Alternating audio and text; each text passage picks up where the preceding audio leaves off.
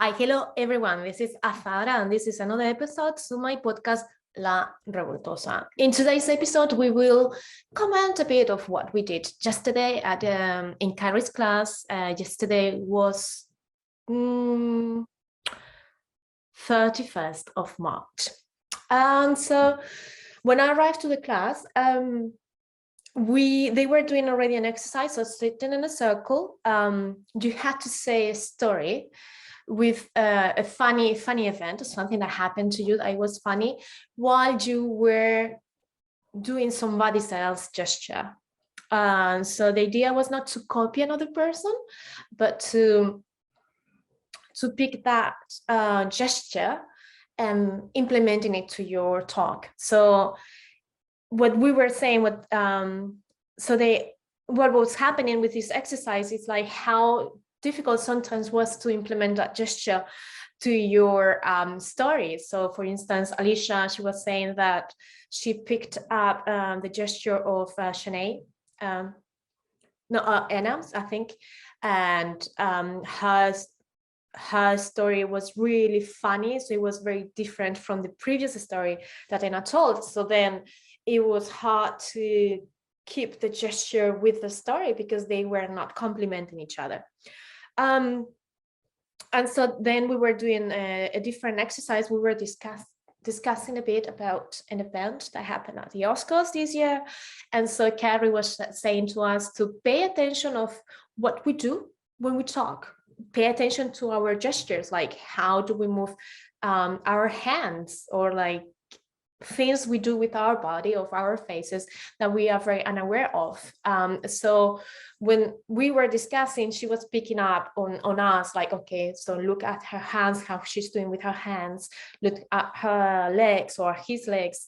Jamie's, for instance, legs were like shaking a bit while he talks. I've noticed that before, so it was just fun, and he didn't know he was doing that. So the idea behind this was just to be aware of the gestures that you do, and then as an actor, you are not playing yourself, so trying to get rid of those gestures you normally do, that they belong to you as your personality. So being aware of your habits and then removing them when you are acting. We did another exercise, which was to do with the walk. So one person would sit down on one side of the room, another person would sit down at the other side of the room, and then one person would walk forward and back to the chair, and then again and standing in front of the person, and the other person sitting on the chair should observe the walk of this person and then giving a feedback, like you moving with your shoulders, you looking down, you don't lift your feet when you walk, or you walk with rhythm, or like you walk from your hips. And so it was very curious to see, like sometimes we are not very aware of what we do when we walk. And then, so for instance, I think it was Shanae, so the way she plays her feet different, because she had I think she had an accident in one of her legs. So from healing the leg, I think she said like it didn't heal properly, or like something happened, so her muscle naturally doesn't go in, so that's why her foot from that leg, I think is the right, it goes either straight or to the side. So it has to do with an accident that she had, an injury.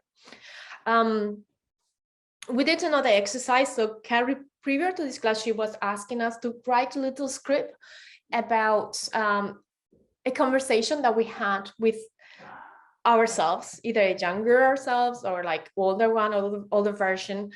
And then during the class, so she put some music. I have a bit of a footage from that, so I will put it up. She put some music, and then we had to write about these two versions. So age, what's the habits that they have, the biggest fear, what do they want to get, what are the similarities and the differences in between these two versions, And then we should picked up, I think it was free, so it's like one of the versions, and doing the walk of this version. So how your walk changes accordingly to this version. So mine, I did when I was 30, and I did when I was 14, and I called my 30 years old the warrior one. And so I could see the walk was very different, like very like focused and determined and straight. And then when we did the walk, be it that one of us is sitting while looking at the person who walks and then is giving the feedback. So we did it again, but this time with the walk of our second version. So it was very nice to see how we were embodying the feelings of the personality of the second version in our work, and how some things of your work, of the way you walk, they don't change because they are so natural on you. So Jamie was saying about my hips, that I lead with my hips. And I think it's the third time I've been told that of how I walk. I was not very aware of me walking that way, but I guess I am. So my walk, he got it straight away. He said, oh, this one is scary. I said, well, I call it the warrior. So despite my walk was very like serious, straight, with a goal, I still swing my hips when I was walking. So it's nice to see certain things of yourself that they stay with you at any stage of your life, even if like your circumstances are different, your personality is different, but some things with you stay. So we did that. So it was a nice exercise to walk. It's like how to embody your personality in your walk, how to portray that just with a way of walking without people knowing what's going on with this character. They already know if it's like somebody who is issues with self-esteem, somebody who is very sure of himself, somebody who is happy, somebody who's sad. So you only need the walk. I find the walk really powerful. Like Ed was saying in one of our classes that he personally is one of the things that he looks for or he researched for when he's working on a character, the walk. And it is true, like the walk really shapes a character. And then we had a little bit of the session and we were looking at the digital double. So in our previous class, we had this recording of the face and then being projected over the top. So what we did in this class was different. So Carrie, she asked me to be my second character and then answering the question. So the script that we wrote before the class. So going through the script and saying my answer. So I had that on my head. I didn't write it down. So it was a bit of an improv, and I like the challenge because I was like, okay, let's improvise. Let's go for that. So I went through some lines. I imagine I was being asked something, that's something that was happening to me when I was 30, and I was answering those questions, which is like, it's based in reality. So it's like I had to question myself those questions. I was ready to go to another country to live and to work remotely. So working from, I was thinking to go to Croatia to live to the Italian side of it, where they speak Italian.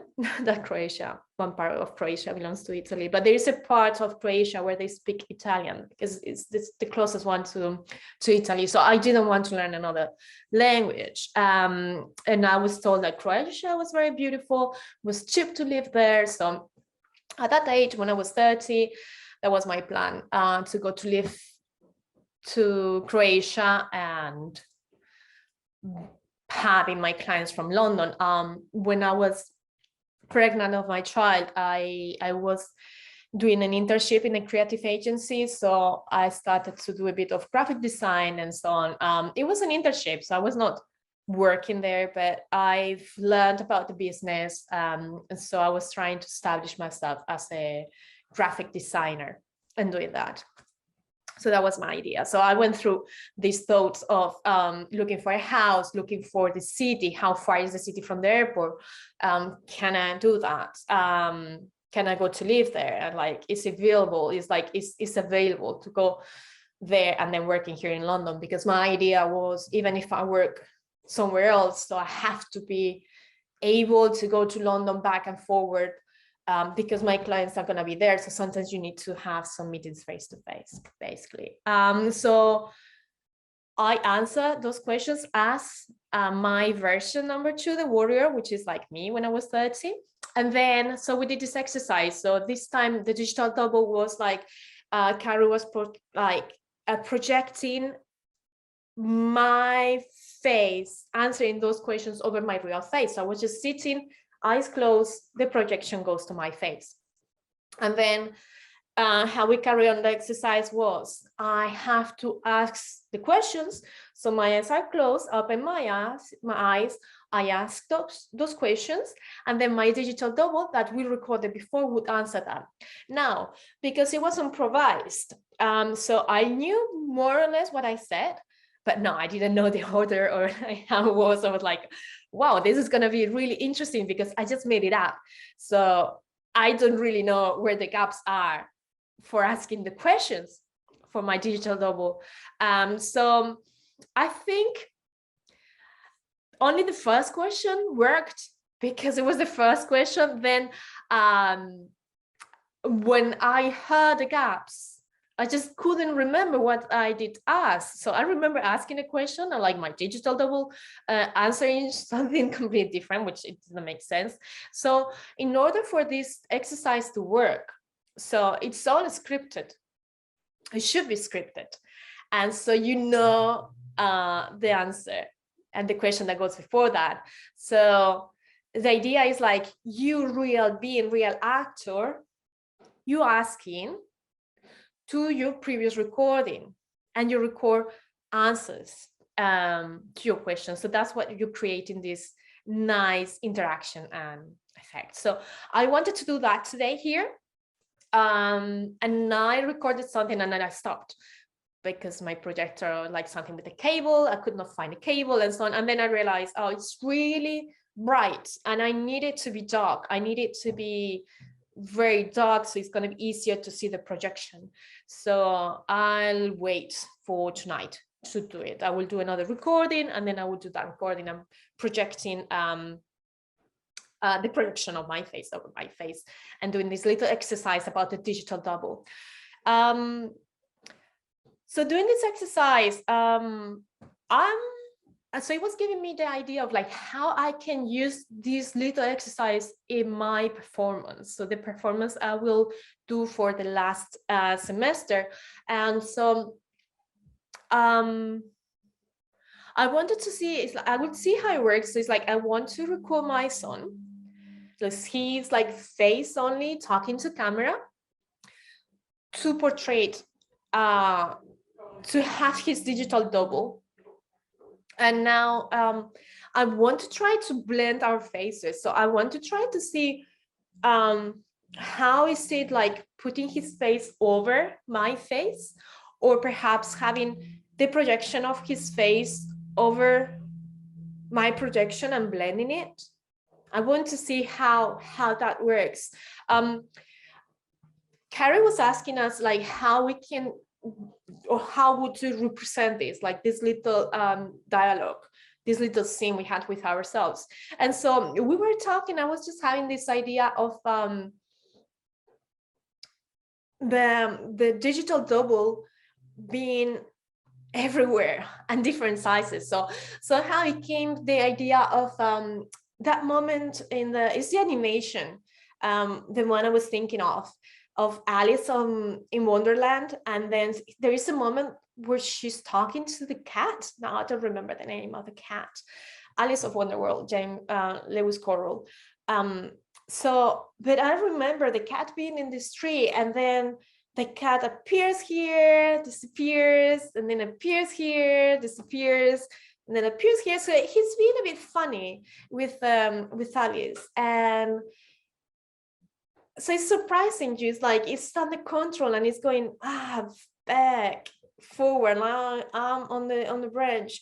Now it's like I'm down here, and so I was having this idea of like, if I perform it, so I will have the face coming to different places, and I really want to have it like big face, probably projected behind me on the wall behind me, like really big, and then going in different places. And then I guess I've seen it like somewhere. So it's like when you have an image in one screen and then it's like it goes to another screen and then somewhere, so people are passing this screen. So it's like it's moving just because the action of the people literally moving this screen to different places.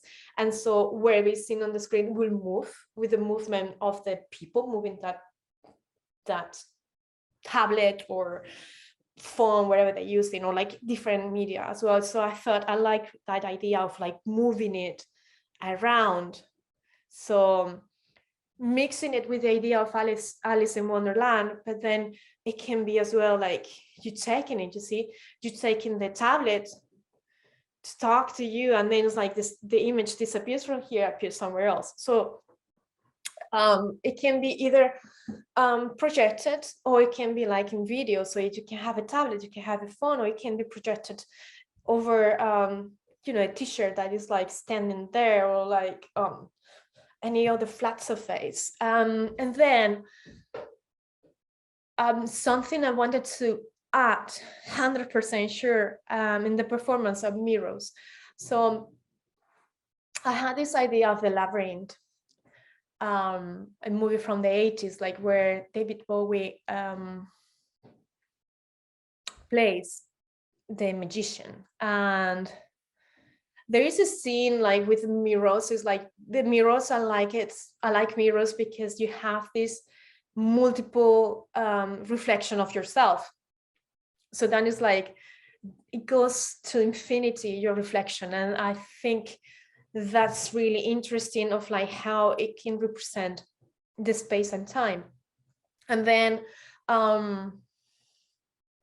it depends on like how you place the mirrors. So you can have different experiences or feelings with a reflection. So there's another film, I'm not sure if it's like from 2000, early 2000 or 90s. I think it's called The Cube. I will research it and make sure that in English it's called The Cube.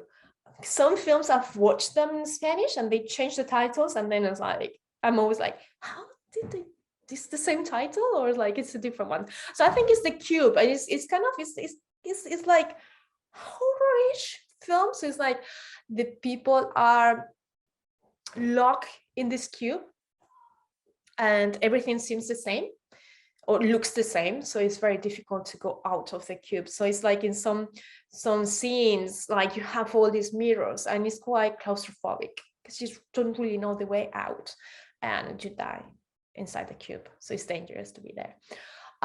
So with that idea as well, like this cube, so the mirrors can even give you this idea of infinity, different levels of time and place, or it can be like claustrophobic, or it can be scary, like how your image, your reflection is reflected. And then as well, like I like the idea of playing with the digital double and with the reflection. So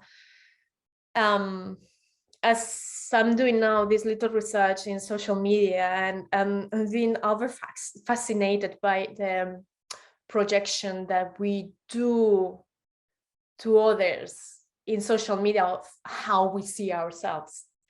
And I'm really into that lately. So that's perhaps why I'm so into reflections and self-image and perception of it. So the use of mirrors, going back to my story, so the use of mirrors is something I want to explore. And then what I wanted to do, like how to, and blending the image of my second me, the warrior, with my stuff now. So that it gives a moral of the stories, like you are yourself, like we have multiple phases during our life, because we're different people during our life. Even with the different people we are at the present year. So it doesn't mean that you have to be older or younger. It's like we behave differently with different people. But something I'm realizing, and I'm coming to this point, like with the performances working on at the moment, and idealizing them and putting things together, is I want them to have a moral. So I want them to have a learning at the end of the performance, like something that people, whoever is watching them, can get to them, so they can apply it to themselves and live in the theater with that idea and with that feeling. They can apply it to themselves, and it makes them feel good as well. So it's not only applying it, but it's a learning you get in. And so, oh yeah, that's beautiful. Perhaps because I'm a child of my period, but I remember most of the cartoons when I was a child. So they have this moral at the end of the cartoons, like when they finish. So I remember when I was a child, I'm laughing now because I was like, oh gosh, how I can have such a bad memory. This is a little story about my life. It's not long. So it was this cartoon. So growing in Spain, we saw a lot of cartoons from Japan, and we saw a lot of cartoons from States and from France. So this one was from France, and it was the story of a little man of the forest, and he was a doctor, and always he was saving somebody and doing something good for somebody. So every episode have this moral, like doing good things for the people, like something to learn from the episode. So it was beautiful, entertaining, and then you were getting these teachings. And so I remember being very fond on these cartoons and thinking, oh, they're so beautiful. So when my son was very little, I thought, okay, I'm going to share some of the cartoons I grew up with. So he was watching these cartoons. I found them in YouTube. So I thought, perfect. And they were in Spanish. I was like, even better. So he can practice Spanish. And I don't remember how many episodes, let's say 100 episodes. The thing is, I have very few memories of when I was a child. I have some memories, but not everything there. So I just remember watching these cartoons and loving these cartoons. What happened? I didn't remember all of the cartoons. So I didn't remember how they end the cartoons. And because I didn't remember it, I watched the last episode with my son. He was crying on tears, like, mommy, he died. I was like, oh, damn it. Yes. He dies in the last cartoon. I thought, wow, I watched this as a child. So the moral of the story is like, of these cartoons is kind of like everything goes back to the earth, like the earth has a natural way of being. So you live your life, you're a child, then you're an adult, then you're an elderly person, and then you die. And when you die, you go back to the ground, and then the cycle repeats. So it's life, is what life is. But I didn't remember, like, at my time, that's what they were showing us as kids. It's like, okay, no, this is gonna happen, live with it. That's what life is, gone. So yeah, my son was very shocked, and I was like, oh no, how could I have forgotten about this? So he was very disappointed. Since then, I've been very careful to show him the cartoons of my time. But I'm saying this little story because, as I'm saying, I grew up with this type of cartoons, like always teaching you something useful and good for your everyday life, or like for you as growing as a person. So I guess that's why with the performances I'm doing at the moment. So this one for gift, I'm gonna call it gift because I've decided the name gift for my last semester at uni, and the performance I'm doing for Project on a Bus. I want to have this, and it's like, okay, this is what happened. This is the learning you're getting out from there. Get it close to your heart, and it's like apply it, or like learn it, embody it, and then do something with this. So that's why I have this idea of like having the digital double of my son projected on me, because kind of representing like you are one. It's just the magic of being a mother is something you don't understand until you become a mother. But it's like, wow, if you think like how crazy is that, like your body, your organism has built another organism, a human being. It's not only like a human being has been inside of you and then it has come out of you and is alive, and it's like, which is already wow. But it's even that, it's like how you have created life within you. That's like incredible. I remember when I saw my first scan, because I was like, oh yeah, of course, how am I gonna be pregnant? And then I went to the doctors. I was like, oh damn it, like it's like that's the day I acknowledged I was pregnant. Not when I saw I was pregnant, but when I saw my first scan. I remember this is another little personal story, then I leave it here, I don't tell more. But it's like, it's just how crazy, is it, being a mother, like having a life inside of you. Because I remember being with my mom, and then it's like they put this gel on your belly, and then they started scanning, and I saw this bean, like it was like a bean inside of my belly, literally. It's like just ate one bean, and then it was like kind of like arms and legs moving like really quickly to size. And I found it so funny because it was like a bean with arms and legs moving. That was like, I think this kind of 3 months, so literally you don't see nothing. But I remember that thing moving inside of me. And I went out, I thought, wow, I have something moving inside of me. It's like, what? Like, it's something moving inside of me? Are you kidding me? So it's really strange. So that's my last story of the day. But what I'm saying is like, so having his face projected over mine, or like having his face over my body, is like, I want to, I would like to get that with this idea, like we coming from the same source. So it's like he came from me, from my body. So it's like we are blending because we coming from the same body. So every day is not like my project is changing, but it's simply developing. So when it started with the pandemic and the what has happened, or like how children has changed during pandemic, is like I had really difficult months with my child, with things that they were happening to him, or like his behavior, really, really challenging this year. And I don't know, it's like, guess studying and like, but anyway, they were very, very challenging. So not being the child I've known all these years, and now is just reverting, so it's going back to where he was before. So maybe it's age, maybe it's pandemic, maybe it's everything. We'll see.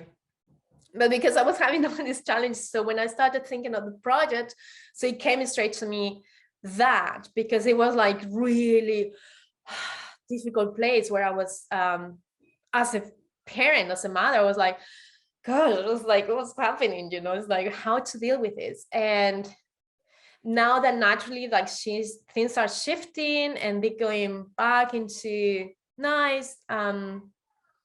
So I'm seeing like kind of I'm out of that place. So I guess that's why as well, like my project is evolving somewhere else, because it's like a cycle. So it's a project that is live, or it has its own life, and perhaps